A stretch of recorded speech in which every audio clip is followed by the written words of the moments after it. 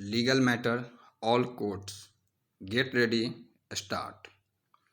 The offsprings of globalization, the growth of multinational corporations or transnational corporations as a vehicle of social transformation offer many attractions to the developing countries.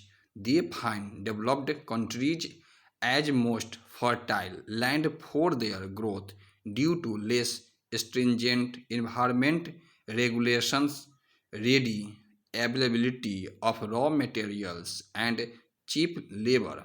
Through their investment, the developed countries impose their products and ideas on the developing countries and change consumption pattern of the people. The globalization has its own impact. It has created a world in which the 15th largest global corporations have gross incomes greater than the gross democratic products over 120 countries. The problem now is, will globalization be confined to globalization of trade alone, or will it include the globalization of meaningful standards of accountability and protection of natural and human resources? Smoke, heat, beer cans, inorganic fertilizers, insecticides, chemical and nuclear wastage, the diminishing forests, depleting ozone layer are the byproducts of globalized technological development. There are many horror stories of corporate greed. To quote a few, the massive pollution of and spills into the Rhine River by Sandoz, the Hoffman, La Rossi, dioxin contamination of Sveso, Italy, the Union Carbide Bhopal disaster, A.H. Robinson, Dalcon Shield, intrauterine device which maimed thousands of women worldwide, poisoning by Jones, Manville, Union Carbide, etc.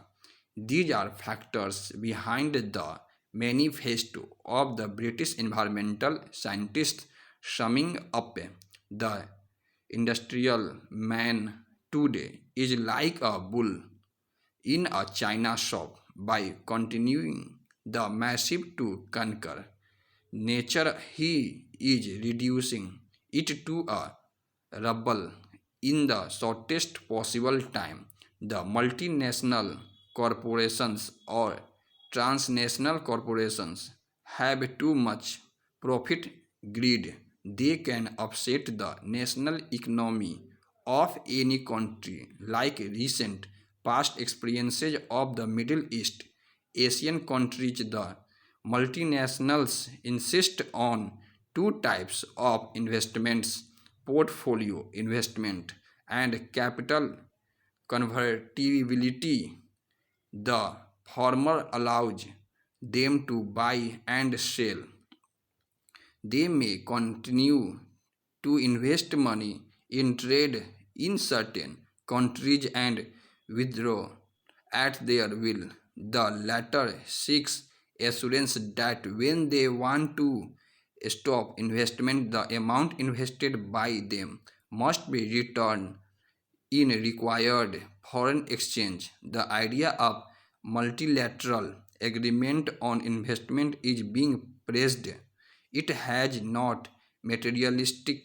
Such idea may prove to be preposterous if a host country, due to restrictions, does not allow multinationals to invest in the country. The host country will be put under obligation to compensate the imaginary loss due to non-investment. The developed countries are posing big bosom in the name of intellectual property product patents and process patent. India is facing the problem of patent imposition by USA on basmati rice. The globalization has opened the door for exporting pollution and hazardous technology by developed countries to the developing countries. The ill impact of globalization has been realized by the world community. Multinational corporations are also affected the sovereignty of the states wherein they are working. The developing countries have been crying of new international economic order. It resulted into the draft United Nations Code of Conduct on Transnational Corporations. It provides for the respect for human rights and fundamental freedoms and sovereignty of the host country, due regard to international standards relating to preservation of environment, and duty to disclose all relevant information in relation to products, process and other activities. With the growth of international trade, foreign district investment had developed interdependence between the nations. Liberalization led to general agreement on trade and traffic within bracket GATT, but was teethless and dependent on consensual and persuasive activities. This led to worldwide trade organization within bracket WTO, its dispute settlement mechanism and surveillance are binding on all member states. It is geared for the development of a rule of law with purpose of the liberalization of trade and non-discrimination of member states. There are 135 members of WTO. The World Trade Organization insists on open general licenses on payment of necessary dues. It forced India to ensure open trade and have quantitative restrictions only on limited commodities by 2000 AD. Recently, India has enhanced import duty in view of minimizing quantitative restrictions. It does not allow discrimination among the member states and insists on uniformity in dealing through taxation. The World Trade Organization can arbitrate between the member states on the issue of dumping cost, reduction, discrimination, and patents.